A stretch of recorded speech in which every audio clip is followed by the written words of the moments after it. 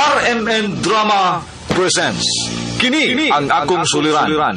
Sa bugtong tuyo nga kami makaalagad kaninyo. Among gituyo pagmugna kining maong tulumanon nga pagatambagan nila ni Dr. ni Elaine Bathan nga mutabang sa pag-iway sa mga gumunhap ug kalibo nga inyong gihambin ilabi na sa punto legal. Kinisab si Dr. Rene Obra ang kaabag sa inyong suliran. Kini ang akong suliran.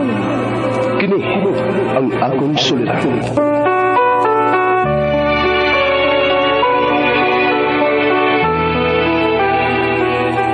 Sa atong pagkaymugso ng kalibutan, gikalawaan at ang daan sa atong suliran. Ang suliran mo'y kabahin sa itong inadlang panginabuhian. Aba na doon ay suliran nga dili mo mapasan nga ikaw ra. Nagkinahanglan kag katabang aron sa pagsulbad ni ini. Nagkinahanglan kag kahayag na mo'y mulamdag sa imong unahuna. Ug tungod ni ini, natawag kini nga atong tulumanon nga naguluhan. Kini ang akong suliran. Kini ang akong suliran. Mga minubong duwa nga matapos lang sa usa ka hugna. Mga kinutlog gikan sa mga suwat sa mga minahal namong tigpaminaw. Busa kung aduna kamoy suliran nga naggumon karon sa inyong galamhan. Suwata ka na ug ipadala ning atong tulumanon. Kini ang akong suliran. Aron kabuhatan ka na og duwa sa kahanginan ug pagatambagan sa mga bulawan ng hunahuna. Kini ang akong suliran. Kini ang akong suliran. Sinumat ni Teresa Tirul Soria, ubos sa direksyon ni Ingrid Miss Iver Tudaso. Dalit kaninyo sa RMN Drama.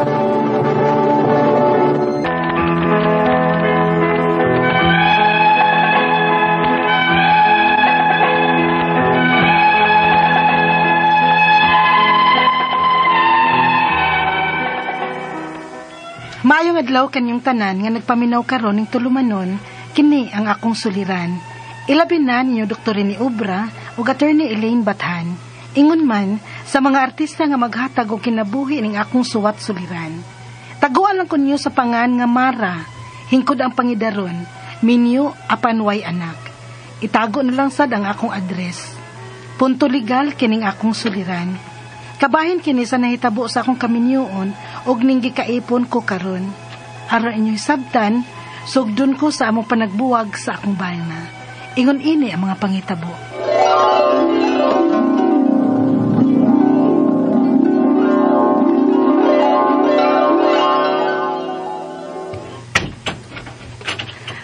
Nganong karon ka lang? Dito na sad ka sa imong babay? Nasag ka ng silos ni mong wahinungdan, Mara. Tubagang ko pangutana. Diin ka gikan. Dito na mo tindahan ng tudyang good. Inom-inom mo beer? Bakakon Aray! ka. Gusto na, oy, Mara! Sakit niya, ha? Bakakon kay Karudel. Dito ko gikan sa tindahan ni ng tudyang. Kapila ko na balik-balik dito. Waka dito nga ni Malaka. Bakakon.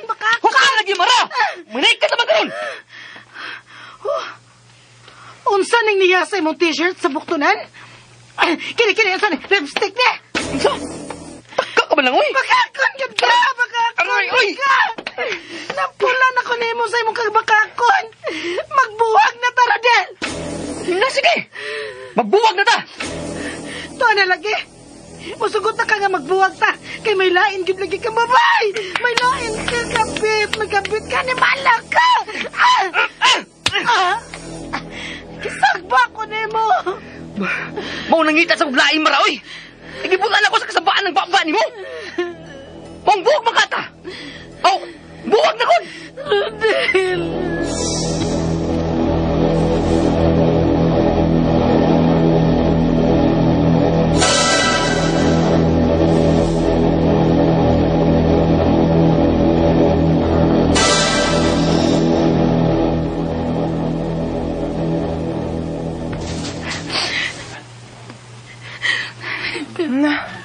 May gidangat ninyong Rodel. Kabag-o pa ninyong nagminyo. Wa pa manggani mo'y anak. Magbuwag na noon mo. Gipulaan ako, Rodel, maoy. Nga bisan og minyo nami. Feeling ulitaw lang gihapon.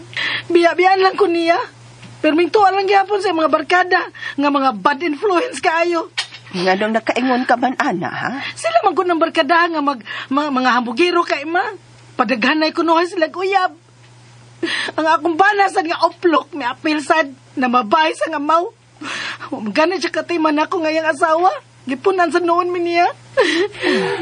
Awad na lang siya siyang babae, oy. Kayugawan kong maguna-una niya, nga mo gamit siya nako. Unya gikan siya, may gamit siya babae. Jesus Mario, sip ninyo. Giduwa-duwaan man lang in town ninyong kaminyoon in town, Mara. Wa man ninyo ang pingi ang kasagrado ni ini. Wa ninyo hatagig, bili. Da, bahala ng bili-bili diya, oy. Uy, bili. Useless lang kay ma. Nga ako rin nagtamod og nagpakabutaan ko noy kung sa akong pagkaasawa. Unya, ang uplok na kumbana. Baliwa lang ko niya. Ipagkita na ko niya ron, ma. Nga dili lang kay siya ray kamao sa iyang binuhatan. Unsa? O sibot ni mong ipasabot, Mara. Unsa pa? Ngitasan ko akong uyab, boy. Unsa?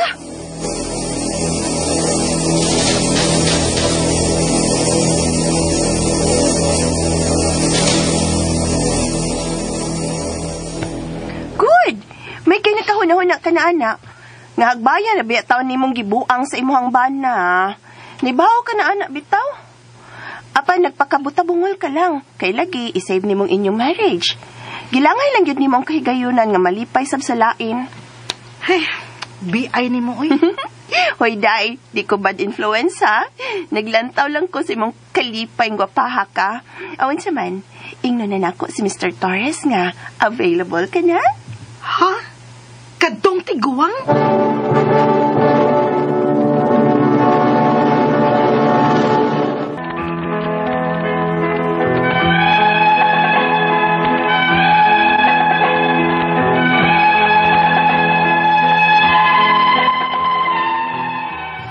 Human mi nagkabuwag sa kumbana, diha na ko nag-entertain og laing mga suitors.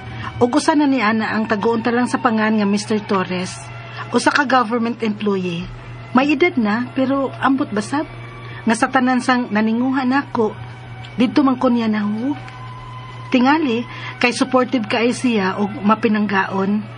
Dili sama sa uban nga kaedad nako nga baliwaon lang ko. Mura rasad og kinaaya sa akong kanhing bana. Maong gipili ko ang may edad na. Minyo sab ni siya apan buwag sa duha niya kaasawa. Hangtod nga gipuyo gid ko niya. Unya. Muli kong bahay, Mara. Ikan karon, anay kinapuyo. Dako tuod ang imong bahay.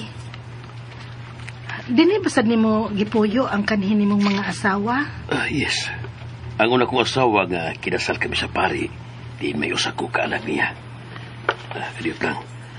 Ang ikinawa kong asawa nga usa ka Muslim, medyo taod-taod, di nagkaanak may duha. Pero kanunay sa doon siyang magulian sa ila sa among palig-ipon. Kaya matag-away na mo, mapauli na yun sa ila o mapahaba siyang magilikanang Muslim. Ikatulo na daay ko karon. Mara. O ginaot nga magdugay ka na ako, Mara. Kung unungan ang kunin mo, hangtod sa kamatayon, mabulahan ka. Kaya ikay bindan ko sa akong mga katikayunan. Ha?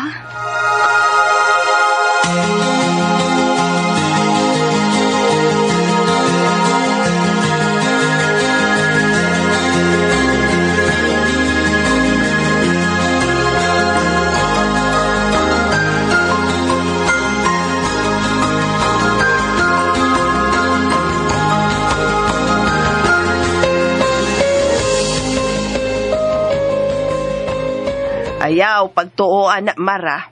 Nga nugong ikaw may binlan niya tanan niyang katigayunan, nga may mga anak man siya o may asawa nga pinakaslan. Duha pa. Nada ka baya gyud taon ang tiguang, oy. Maayo sad pag-ana, oy. Dili pa man sad gyud na tiguang gid ka steady nako. Gani na siya mo retire sa trabaho sa gobyerno. Saba ka diha, Mara, oy. Nada ka lang gyud tamis nga pasalig anang tiguang nga. Ngayon sa ganito, ikaw ang binlan niya tanan niyang katigayunan? O ma, sa iyang mga assets and benefits. Basta unungan ug atimanon ko lang gid kuno siya hangtod sa iyang kamatayon. Daoroy, nga sa ato pa di ay, gihimo ra day kanyang caregiver. Ha? Caregiver ka day, og tig-atiman niya hangtod nga mamatay siya. Uy, I don't care, anak ma. Basta kay malipayon ko uban ni Teddy. Tungod kay nahatag niya ang akong mga gipangandoy nga wa mahatag sa akong kanhing bana nako. Mara,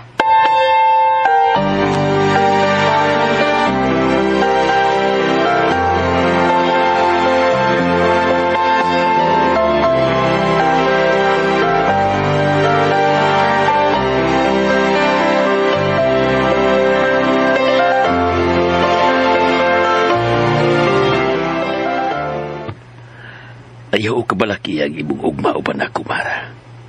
Wan sa kimusulti, tumanon ko gila. Unya, ang imong mga anak di ay, o ang imong mga asawa nga pulos nimo pinakaslan, wa di ay sila makuha sa imong katigayunan, o bahin sa imong katigayunan. Kay mga pinakaslan, baya nimo sila. Lugay na sila nabiyan ako. Pasagdan lang ganit ko nila. Ipalayo na ako ang among mga anak. Ug wala sila magpakabala para ko. Sa ato pa, wala sila magkinahanglan para ko. Maguhay magbuot na ako kung ibilin ko nimo ang ako magkatigayunan. Unsaon man na pagkahitabua? Ibutang ko sa akong last will and testament nga ikaw ang bugtong pindan sa akong magkatigayunan. Ha? Last will and testament?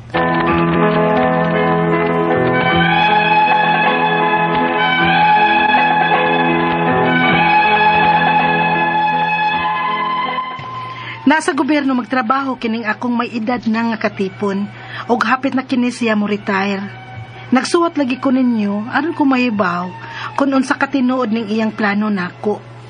Ang akong mga pangutana mo kining mosunod. Unang pangutana, buwag sa iyang unang asawa kining akong gikaipon karon. Kasal sila sa pari og may usa sila ka anak nga 20 anyos na karon. Unsa kalig-on ang ilang kaminyuon og ang katungod sa ilang anak niya? Ikaduhang pangutana, ang ikaduhang asawa ning akong kalivin usa ka Muslim og kasalsab sila sa Muslim nga pagkasal og may duha sila ka anak nga naa pa sa elementarya. Valid ba pud ang ilang kaminyoon? Ikatulong pangutana, nagingon kining akong kalivin nga magbuhat kuno siya og last will and testament nga ako kuno ang makaklaim sa iyang mga benefits, ang iyang mga assets ari ihatag nako. Pwede ba gud na? Ikaw pa to katapos ang pangutana. Ako ang kaipon karon sa akong kalivin, wa mi anak. Apan, ako'y nag-atiman niya. Unsa kalig-on ng last will ang iyang giingon, kung simba ko may mahitabo niya. Kinsa ka namo sa iyang duha ka asawa ang mas may dakong katungod sa mga kabilin niya. Palihog, tabangi og tambagi ko. Kini ang akong suliran, Mara. Mayong adlaw mga sukintig paminaw, kini si Attorney Elaine Bathan og ako ang muhatag ninyo og tambag, tubag, solusyon. Kalinawan sa inyong mga pangutana, mga problemang may punto legal. Mga medical gani nga mga problema ay mo kagool guys. Kay naam si Dr. Obra. Amo gyud ang paningkamutan na di mi masipyat, di mi mapakyas paghatag ninyo tambag ug tubag sa inyong mga pangutana masking unsa pa ng punto ha, matag adlaw. Monday to Saturday, sipa kay ta, Luzon, Visayas, Mindanao, and even on social media. Nga naman, kay naa may RMN. Ngo, diin ninyo mapaminaw ang ato ang programa. Sayon na lang yun kaayo. Di na takinhanglag baterya para sa radyo. Di na takinahanglan mos gawas. Pagway signal kay karat, no? Kay kung naa lang tay data o naa tay internet, agoy. Mapaminaw na gid ninyo ang mga nagkalain-lain natong programa. There is RMN, maskig asa pata dapita. Daghan gani kay mga listeners nga naas gawas nga maminaw na to, no? So thank you kaayo ninyo. Of course, kinsa tong ganahan nga mo pada sa inyong mga suwat, pwede ninyo ipadala sa suliran_612@yahoo.com. Pada sad atong ipadala sa kiniyang akong suliran official writers page. Pada sad atong ipadala sa 3rd floor Jose R. Martinez Building, Osmeña Boulevard, Cebu City. Kumusta man ang ato ang mga avid listeners din ha? Regard sa tanan nga naminaw na to og sa tanan na kong mga likers and followers sa ako ang Facebook account. Daghan kayong salamat ninyo. You can like and follow me on Facebook, Elaine Bathan, or sa ako ang Twitter and Instagram account nga, Attorney Elaine. Kinsa man na to ang mga i-greet karong adlaw. Hi, ate. Gwapa kay ka. Sofia Lorraine Alimpolos. Thank you, buyag. Gwapa kay ka, Attorney Phoebe ni. Imo avid fan sa radio from Cabadbaran City, Agusan del Norte. Hello, Phoebe Luyahan Sapa from Cabadbaran, Agusan del Norte. Regards po sa tanan mga taga Cabadbaran, no? Dinha sa Agusan del Norte. Layo-layo gyud ni ato ang reach. Nakakita na jud ko nimo, Attorney. Sigog paminaw nimo ug ni Doc sa suliran. Yes, Jovelyn Bulanon. Attorney, pa-shout out mi diri sa Gihulngan City, Barangay Balogo. Always mi maminaw nimo, Attorney. May God bless you always. Camaliere Angeli Sendez. Pagwapa nimo, Attorney, followers ko nimo sa Facebook. Sige kog paminaw og suliran from Jane B. Arsenio. Thank you, Ma'am Jane. Rel Rodrigo, so beautiful. Simig paminaw sa drama kiniyang akong suliran. Alauna sa hapon, Lunes ngadto sa Sabado. Way sipyat. Wow, regard. Thank you kaayo. Kani makadako gyud no sa kasing-kasingan, maka-inspire kaayos nga tanan. So thank you kaayo. Legal no ang ato ang pagahisgutan karon, punto legal atong taguon sa pangalan nga si Mara. Way address gihatag pero gipadani niya sa kiniyang akong suliran official writers page. Hingkod ang pangidaron ani ni Mara, minyo pero wala pay anak no, kabahin ni sa nahitabo sa iyahang kaminyoon ug kaning gikaipon kuno niya karon. Sumurang napakyas po ni siya siyahang kaminyoon. Naaman tos gobyerno magtrabaho ang kaning iyang kaipon niya. Ingon niya hapit na kuno nimo mo retire. So una niyang pangutana. Buwag sa iyahang unang asawa kining iyahang kaipon karon. Kasal sila sa pari na usa ka anak nga 20 years old. Unsa kaligo ng ilang kaminyoon ug ang katungod sa ilahang anak. Okay. Kung legal ang ilahang kaminyoon na ay marriage certificate, ma-validate nato dito sa PSA no, ang ilahang papilis, then for all intents and purposes legitimate nga anak ang ilahang 20-year-old. Wa man sila maanal, kung wa man sila kanina yung buwag unsa man ni physical or naanal gyud ni, kay kung physical ra ni murang nagpabiling gihapong legal wife si number 1. Ikaduhang pangutana, ang ikaduhang asawa ining akong ka-live-in usa ka Muslim ug kasal sab sila sa Muslim nga pagkasal ug may duha sila ka anak nga naa pa sa elementary. Valid ba pod ang ilahang kaminyoon? Usa ni ang ikaduhang asawa ining akong ka-live-in usa ka Muslim. Na kadaghan magudi ay ani niyag kakuan kakulian na ako di kay ko suhito gyud no sa Sharia law kay naay lain nga pagskwela ana kabahin sa pagpractice anang balaod sa Sharia or sa ato ang mga kaigsuonan gyud nga Muslim. So dili kaayo ko makatubag anang imuhang pangutana kabahin sa mga Muslim. Ang akong nahibaw-an nga magminyo gani na, then dapat na ipagtugot sa first wife. Unya nara nay limit kung pila ka buok pwede no, depende sa means sa lalaki. Unya pwede gid sad sila maminyo og kapila no. Ikatulong pangutana, nag-ingon ining akong ka-live-in nga magbuhat kuno siya og last will nga ako kuno ang maka-claim sa iyang benefits. Ang iyang mga assets ari ihatag nako. Pwede bagud na. Ang kaning last will and testament para ra na siya sa free portion. Kaning atong balaod law on succession nagaprotektar sa legitimate nga pamilya sa usa ka decedent no. Meaning to say kung pananglitan mawa na to ang tagtungod o ang tag-iya sa yuta. Okay, naatay gitawag na legitim. Ang legitim mo na siya ang 1/2 of the total asset na dili makabuot mismo ang tag-iya no katong namatay kung unsaon niya na pagbahin-bahin. 1/2 ana para gyud na sa mga sumusunod. Buhi pamanggani ang asawa usa siya sa mga heirs ug ang mga anak. The other half mao nay gitawag na free portion. Mauna ang portion nga pwede nimo mahatag through a last will and testament. So mingon ko, pwede ba? Yes, pwede nimo makuha tanan. Not unless you are the legitimate wife, no? Ang 1/2 ra ana ang free portion, mauray pwede mapunta nimo kay maura may pwede mapanghatag sa imuhang ka-live-in. Okay? Katapusang pangutana, ako ang kaipon karon sa akong ka-live-in, wala mi anak. Apan ako'y gaatiman niya. Unsa kalig-on ang last will and testament kung simba ko na ay mahitabo niya. Kinsa kaha namo sa iyahang duha ka asawa ang mas may dakong katungod sa mga kabilin niya. Moingon jud ko nga kung legitimate ang pagasturyahan adto gyud na punta. Kung wa mang last will and testament ang tibuok nga mga katigayunan punta gyud na kung kinsay legitimate wife o mga anak. Wa gyud kay makuha unless naamoy inyuhang own nga properties together. Kung maghimo siya last will, mingon jud ko nga mukuha mog abogado kay stricto pod ang proseso sa paghimo ana, at least ang free portion or ang katungaan ha nimo. Ug gusto man gani ka nga mapunta gyud na nimo kay mao gyud nay pagtugot karon nga buhi pa siya asikasuhan na pagpa-transfer kung unsa man ang mga kabtangan nga iyahang ihatag nimo. Pwede man nag deed of donation pero mas safe gyud ana deed of sale. Ako pa nimo duol og abogado, pangita ug abogado nga maka-advise nimo para ma-transfer ang properties para dili na samok. Okay? Mga sukintig paminaw, hinaut unta nga namoy nakutlo na pagtulunan karong adlaw. Kini si Attorney Elaine Bathan. Daghan kayong salamat sa inyong pagpaminaw sa atong tulumanon hangtod sa sunod nga sugilanon dinhi gapon sa tuang programa. Kini ang akong suliran gikan sa RMN Production Center, Radyo Mo Nationwide. Tatak RMN, daghang salamat ug maayong adlaw.